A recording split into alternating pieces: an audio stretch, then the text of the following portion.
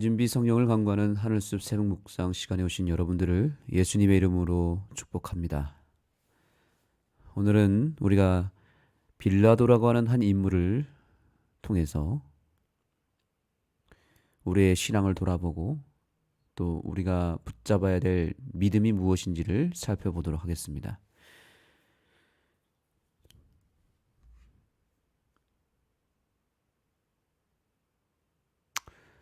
자, 우선 오늘 교과의 내용 가운데 우리가 살펴봐야 될 몇 가지 부분들을 살펴보겠습니다.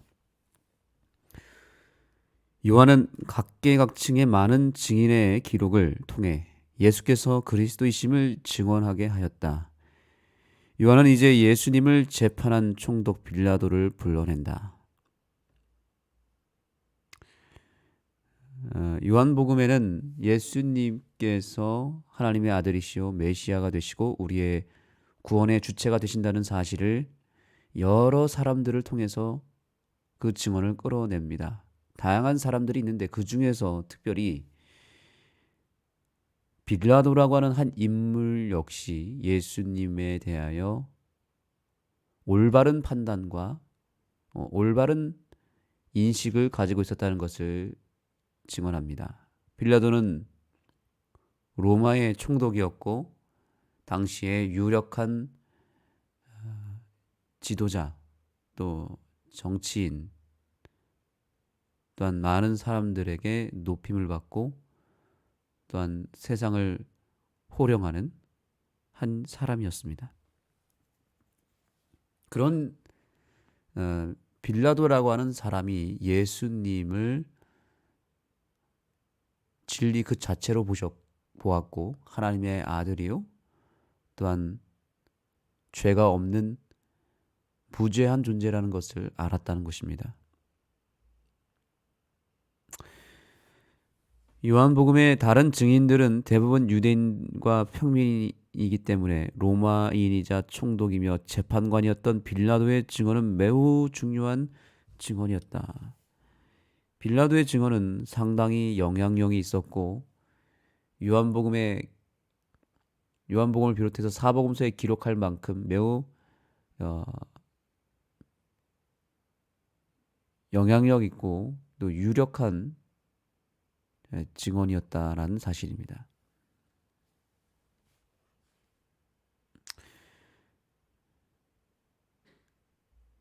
자, 그런데 여기 빌라도가 이런 이야기를 합니다. 진리가 무엇이냐 이렇게 물어보죠. 빌라도가 예수님을 그냥 사형 선고를 빨리 내리고 이 예수라고 하는 인물을 그렇게 중요한 인물로 생각하지 않고 넘겼으면 됐을 텐데 예수님을 만나고 나서 생각이 바뀌었던 것 같습니다. 그분의 태도와 그분의 말과 모습 속에서 뭔가 이 예수라고 하는 인물이 특별함이 있고 보이지 않는 어떤 힘과 보이지 않는 어떤 영적인 그런 능력이 있다는 것을 알았던 것 같습니다. 그래서 진리가 무엇이냐라고 질문을 던졌던 것입니다.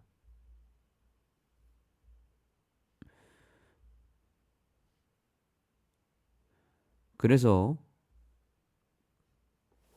여기 보니까 예수의 태도는 빌라도의 주의를 끌었다. 총독은 예수님을 면밀히 신문했고 내가 이를 위하여 태어났으며 이를 위하여 세상에 왔나니 곧 진리에 대하여 증언하려 함이로다. 무릇 진리에 속한 자는 내 음성을 듣는다고 하는 그분의 말씀을 들었습니다. 그렇습니다. 진리에 속한 사람은 진리이신 예수님의 음성을 알아들을 수 있는 특권을 얻게 됩니다. 빌라도는 적어도 이 순간만큼은 예수님의 음성, 즉 하나님의 음성을 직접 들을 수 있는 특권을 얻었습니다.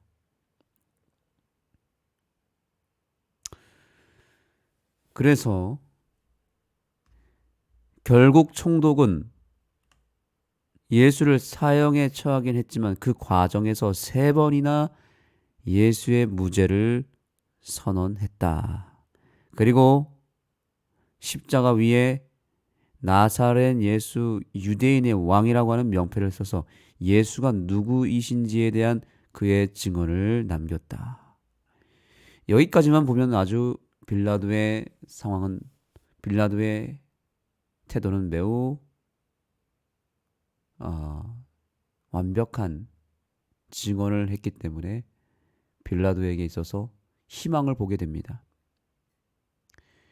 여기까지는 빌라도에게 구원이 약속되어도 전혀 문제가 되지 않는 그런 모습으로 볼 수 있습니다. 예수님을 왕으로 표현했고 예수님을 진리로 인정하는 장면이기 때문에 그런 것입니다. 그리고 예수님을 향하여 무죄 선언을 3번씩이나 하였습니다. 문제는 다음입니다. 그러나 빌라도는 그리스도의 무죄를 증언했음에도 불구하고 결국 예수를 사형에 처했다. 이것은 참으로 안타까운 장면입니다. 예수님을 진리로 인정하고 왕으로 높였으며 예수님을 메시아로 거의 인정했던 빌라도가 예수님을 사형에 처하게 하는 아이러니한 이 일이 발생하게 된 것입니다. 빌라도는 진리 그 자체이신 분이 자신 앞에 계셨음에도 불구하고 폭도들이 그분을 괴롭히도록 허용하였고 결국 예수에게 사형을 선고한 것은 빌라도였다. 이 얼마나 양심과 마음이 옳다고 말하는 것을 거스른 참담한 사례인가. 왜 빌라도가 이런 일을 했을까요? 빌라도는 다른 사람의 시선에 너무 크게 의식했던 것 같습니다. 그는 유력한 정치인이었고 로마에 매우 영향력 있는 인물이었기 때문에 많은 사람들에게 주목을 받고 있었고 명예와 권력을 가진 사람이었습니다. 그래서 그가 누리고 있는 그 명예와 권력 그리고 여러 특권들 이 모든 것들을 내려놓을 수가 없었고 무엇보다 위에 로마 상관들로부터 또한 그를 따르는 여러 백성들로부터의 시선을 그는 유심히 볼 수밖에 없었습니다. 예수를 믿는다면, 예수를 영접하게 된다면 그가 받게 될 여러 가지 오해와 또 따가운 시선과 또한 사람들의 선입견을 그는 견딜 수 없었을 것입니다. 진리인 것은 맞지만 대세를 따를 수밖에 없었던 것입니다. 왜냐하면 예수님은 그 당시 재판정에 끌려가는 그 상황 속만큼은 예수님은 온 세상 속에서 가장 무시받고 거절을 당하고 죄인으로 취급받는 아주 초라하기 짝이 없는 인물이었기 때문에 예수님을 따를 수가 없었던 것입니다. 결국 빌라도는 자신의 자존심 그리고 많은 사람들의 이미지 그리고 자기가 누리고 있는 권력과 명예를 포기할 수 없었기 때문에 예수님을 사형에 처하게 한 것입니다. 저는 이 장면을 보면서 오늘날 우리 재림교회의 모습과도 너무나 비슷한 모습을 하고 계시는 것이 예수님의 모습이었다는 것을 보게 됩니다. 예수님은 홀로 서 계셨고 많은 사람들에게 공격을 받았고 그래서 예수님을 선택한 사람들은 오히려 예수님과 같이 잡혀서 끌려가야 되는 상황이었기 때문에 제자들마저도 다 뿔뿔이 흩어져 버린 상황이었습니다. 예수님을 선택한 사람들은 누구라도 그 당시에 죽을 수도 있는 그런 상황이었습니다.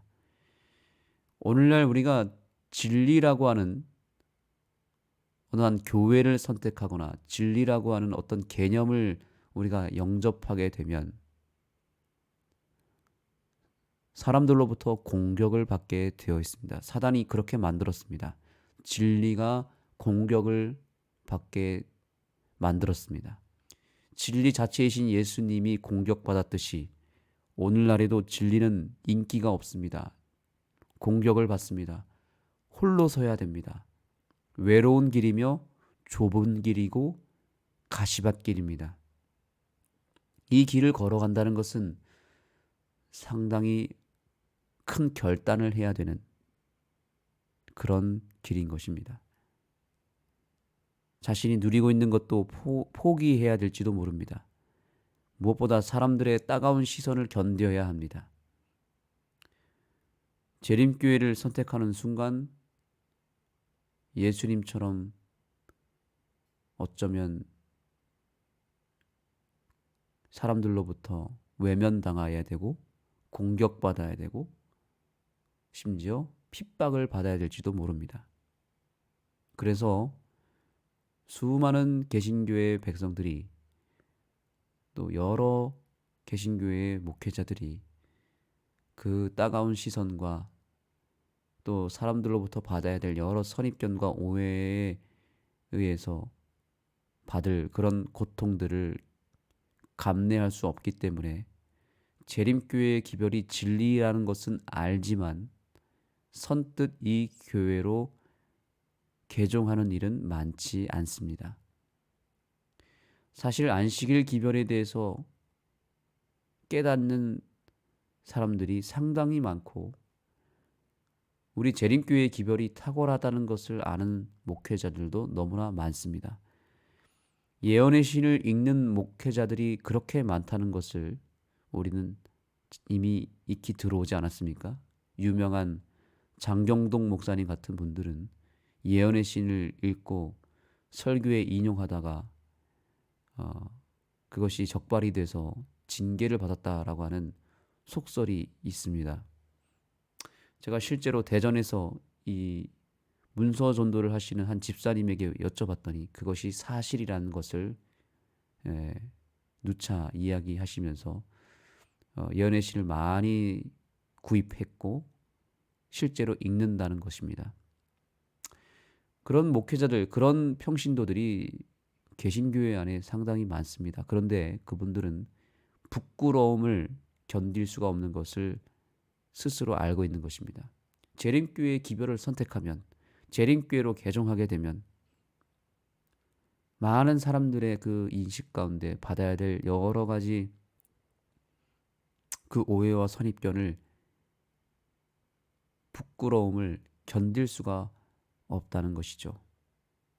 예수님을 선택하면 그런 부끄러움과 사람들의 시선에 의해서 자신의 명예와 권력이 실추된다는 것을 알았던 빌라도는 결국에는 예수님을 무죄라고 선고하고 진리라고 인정했음에도 불구하고 그 양심의 소리를 거절한 채 예수님을 폭도들의 손에 넘겼던 것입니다.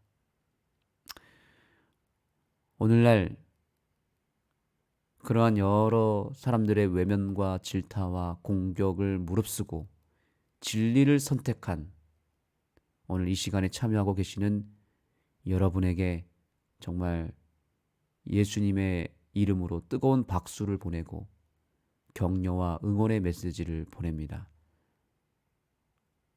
정말 이 교회를 잘 선택하셨고 이 교회에서 증거하는 진리를 잘 영접하셨습니다. 여러분의 그 선택과 그 결정은 하늘의 기념책에 기록될 뿐만 아니라 온 우주가 주목하고 있고 특별히 예수님께서 유의 깊게 바라보고 계신다는 사실을 기억하시기 바랍니다. 비록 이 땅에서는 외면당하고 공격당하고 사람들로부터 인정받지 못한다 하더라도 이 지구 밖에서는 온 우주의 거민들과 천사들과 하나님의 정부의 그 핵심 존재들로부터 우리의 믿음과 신앙이 참으로 큰 박수를 받고 있으며 큰 응원과 격려를 받고 있다는 것을 기억하시기 바랍니다. 우리는 결코 빌라도가 되어서는 안 됩니다. 교훈의 말씀을 보겠습니다. 빌라도는 예수에게 무죄를 선언하고 그분의 명패에 자신의 증언을 남겼다. 그럼에도 사형을 선고한 것은 그의 양심과 마음의 음성을 거스른 참담한 사례이다. 우리는 마음에 들리는 그 예수님의 음성을 거스르는 일을 하면 안 됩니다. 오늘도 예수님은 우리 곁에 찾아오셨고 우리에게 말씀하고 계십니다. 마치 빌라도를 찾아오셔서 정말 어렵게 빌라도 앞에 오신 예수님이 빌라도를 구원하기 위하여 진리를 말씀하셨던 것처럼 오늘 주님은 우리의 마음 가운데 어렵게 그 죄의 모든 가시들을 제거하시면서 우리의 마음속에 있는 높은 장벽과 방해물들을 다 넘어 뚫고 우리의 마음속까지 들어오신 예수님께서 오늘 우리에게 우리의 삶의 결단과 변화를 요구하는 말씀을 하실 때에 우리는 그 말씀에 순종하고 반응해야 될 것입니다. 저는 빌라도의 모습을 통해서 오늘날 우리들의 모습, 나의 모습을 발견해야 된다고 생각합니다. 여기 영감의 글을 보면 빌라도의 죄가 무엇인지를 알려줍니다. 이 죄가 바로 나의 죄라는 것을 인정할 수만 있다면 오늘 우리는 이 시간을 통해서 큰 성과를 보게 되는 것입니다. 자, 읽어보겠습니다. 비록 빌라도가 예수의 피값을 고소하는 자들을 곧 그 피를 우리와 우리 자손에게 돌릴지어다라고 부르짖던 군중들에게 돌렸다 할지라도 그가 무죄한 것은 아니다. 그도 그리스도의 피에 대한 죄가 있다. 그는 이기적인 야망을 위해서 그리고 이 세상의 치리자로부터 받는 영예를 사랑했기 때문에 무죄한 사람을 죽게 했던 것이다. 만일 빌라도가 자신의 양심을 따라 행동했더라면 그는 예수를 정죄하는 일에 관여하지 않았을 것이다. 아멘. 오늘 이 말씀에 우리가 깊이 진지한 반응과 회개가 있어야 될 줄 믿습니다. 내 자존심, 내가 누리고 있는 어떤 영예와 특권 때문에, 즉 예수님을 믿으면 포기해야 될 여러 가지가 있기 때문에 결국에는 예수님을 내 말로는, 입술로는 진리라고 외치고 구원자라고 외치면서 실제로 내 마음속에서는 오히려 예수님을 죽이는 그 모순을 우리는 절대로 이제는 감행해서는 안 된다는 사실입니다. 오늘날 수많은 그리스도인의 마음들 속에서, 오늘날 수많은 재림 성도들의 마음 속에서 예수님이 오히려 사형을 당하고 있다는 것을 아십니까? 우리는 진리를 받아들였다고 말은 하지만 진리를 말하고 가르치는 일까지 하면서도 심지어 진리에 대해서 증거하는 증인의 삶을 살아가면서도 그럼에도 불구하고 우리의 마음속에서는 정작 예수님이 난도질이 되는 것입니다. 예수님이 핍박을 당하고 있습니다. 예수님이 또 한 번 우리 마음속에서 십자가에 못 박히고 있습니다. 우리의 죄 때문에, 우리의 이기심과 욕심 때문에, 예수님보다 더 사랑하고 있는 세상의 그 무엇인가로 인해서 예수님이 내 마음속에서 또 한 번 거절당하고 또 한 번 예수님이 채찍질을 당하시고 결국에는 예수님이 내 죄 때문에 내 마음속에서 영적으로 피 흘리고 계신다는 사실을 알고 계십니까? 저는 빌라도의 모습을 통해서 제 자신의 모습을 명확하게 발견했습니다. 빌라도와 우리와 다를 바가 별로 없다는 것입니다. 우리는 빌라도를 비판할 자격이 없습니다. 왜냐하면 우리가 빌라도의 길을 때때로 걸어가기 때문에 그런 것입니다. 빌라도가 얼마나 훌륭한 말을 했습니까? 유대인의 왕. 그리고 얼마나 훌륭한 질문을 던졌습니까? 진리가 무엇이냐고 물어봤습니다. 그리고 예수님에 대해서 무죄를 선언했고 예수님에 대해서 높이 평가했습니다. 그런데 그가 행한 행동은 어땠습니까? 예수님을 핍박했고 죽여버렸습니다. 겉모습은, 겉으로는 예수님을 따르고 예수님을 찬양하고 높이고 믿고 가르치는 재림 성도가, 그런 그리스도인이 예수님의 음성에 귀 기울이지 않고 예수님이 가르치고 있는 성경 말씀을 거부한다면 그것은 예수님을 죽이는 일이 되는 것입니다. 이 재림교회의 진리대로 순종하는 삶을 산다면 우리가 버려야 될 것들이 상당히 있으며 또한 사람들로부터 받아야 될 또 다른 공격과 오해와 선입견과 또한 부끄러움을 우리가 감당할 수 있냐는 것입니다. 감당해야 되지 않겠습니까? 그리고 결국에는 예수님이 내 입술의 고백 그대로 내 안에서도 진리가 되고 내 안에서 왕이 되어야 되지 않겠습니까? 내 마음 밖에서 왕이 되면 무엇합니까? 내 마음 속에서도 왕이 되어야 되는데 여전히 이 마음속 안에서는 내 자아가 왕이 되어서 예수님마저도 그곳에서는 죽임을 당하신다면 우리는 그 죄를 피할 수 없을 것이고 그 죄는 반드시 심판을 받게 될 것입니다. 이제 정말 예수님이 내 입술의 고백대로 왕이시라면, 그분이 정말 하나님이시고 그분이 정말 나를 구원하신 고마운 분이라면 이제 우리의 마음속에서도 그분이 왕이 되셔야 되고 그분이 내 인생의 운전자가 되어야 되고 내 자아가 오히려 그분 앞에 죽어야 되는 영적인 변화와 개혁이 우리 속에서 일어나게 되기를 간절히 소망합니다. 빌라도처럼 양심의 소리를 거스르거나 그분의 음성을 들었음에도 불구하고 못 들은 척 뿌리치며 그분을 또 한 번 죽이는 일이 우리의 마음속에서 결코 일어나지 않게 되기를 간절히 소망하면서 말씀을 마치겠습니다. 기도하시겠습니다. 하나님 감사합니다.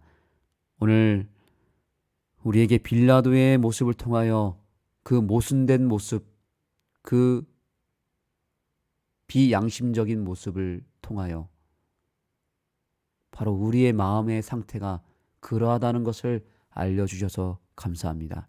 빌라도가 바로 우리였습니다.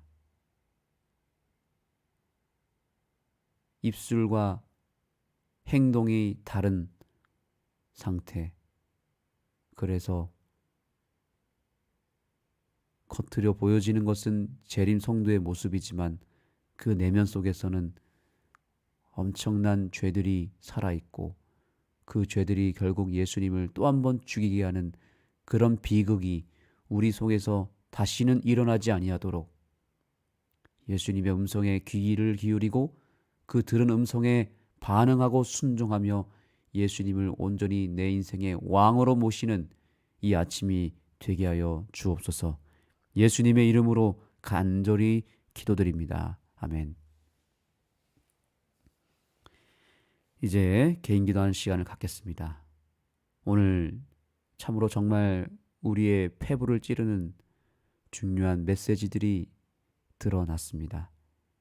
내 자신을 통해서 빌라도의 모습을 발견할 수 있는 영적인 능력을 달라고 간구하시며 빌라도가 범했던 그 죄가 곧 나의 죄였다는 것을 고백하며 내 마음속에서 예수님이 왕으로서 온전히 좌정하시며 더 이상 예수님을 핍박하는 일이 없도록 주님 앞에 회개하며 나아가게 되기를 간절히 소망합니다.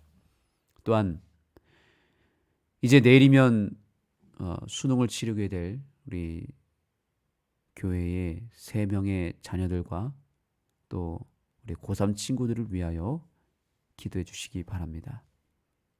박선목 집사님의 자녀, 그리고 손경수 장로님, 그리고 전성현 집사님의 자녀들이 고3 수험생으로서 시험을 치르게 되는데 잘 치르고 또 좋은 결과로서 아버지께 영광 돌릴 수 있도록 기도해 주시기 바랍니다.